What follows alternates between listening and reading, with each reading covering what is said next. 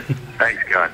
Kelly O'Dwyer, now, am I talking to you once as opposed to 5 times with feedback? I think I can hear you properly now, Peter. Perfect. All right, well, let me ask you, from the opposition's perspective, it's all about looking forward rather than you know, the fact that the person you wanted out of the chair has now been removed from the chair. Looking forward, what's your view on where this leaves the state of numbers in the House, and where does it leave the government in terms of its capacity to govern as well as go forward for potentially the next year with its legislative agenda? Well, look, it clearly demonstrates that the government is in crisis, and we have seen sort of rolling chaos with this government as it relies in a minority sense on independents and on former members of the Labor Party to hold Julia Gillard in power.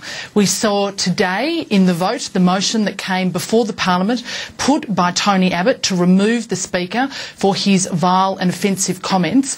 We saw the Prime Minister rely on the vote of Craig Thompson, another disgraced member of her team, in order to shore up the position of the Speaker. She refused to do the honourable thing. She refused to condemn his vile and offensive comments and behaviour.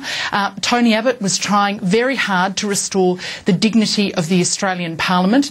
This is something the Australian people are crying out for. It was again another demonstration of her complete lack of judgment, her lack of regard for the dignity of the Australian Parliament, and her contempt for the Australian people. Now, Peter Slipper tonight has done the honourable thing.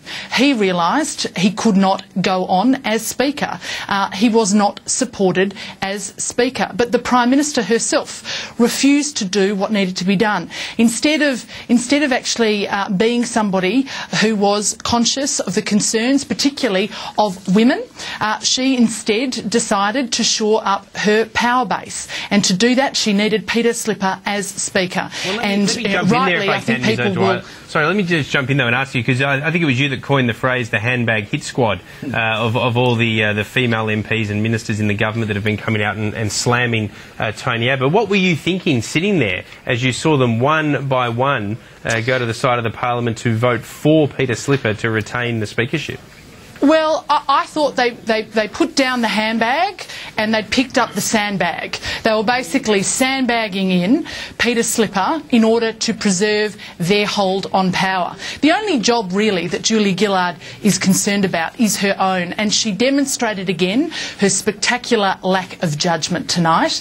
She demonstrated again the fact that there has been a very orchestrated campaign against Tony Abbott. Rather than simply respond to the motion, rather than defend her Speaker, she couldn't even do that when the motion was put. In fact, not one of the members actually stood up to properly defend him, because you know what, they couldn't do that. Julia Gillard instead launched this very bizarre attack on Tony Abbott. It was very much in the vein of the attacks that have been run out of her office by John McTiernan, who has been imported from the UK to run this attack campaign based on gender. He did it over in the UK when we saw him launch an attack there on the Conservative side of politics. He's doing it again here in Australia. I think it is vile. I think it is puerile. I think the Australian people are sick of it.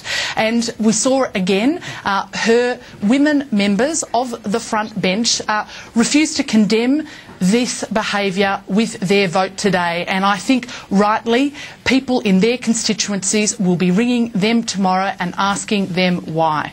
Graham Richardson, we're expecting to be hearing from Anthony Albanese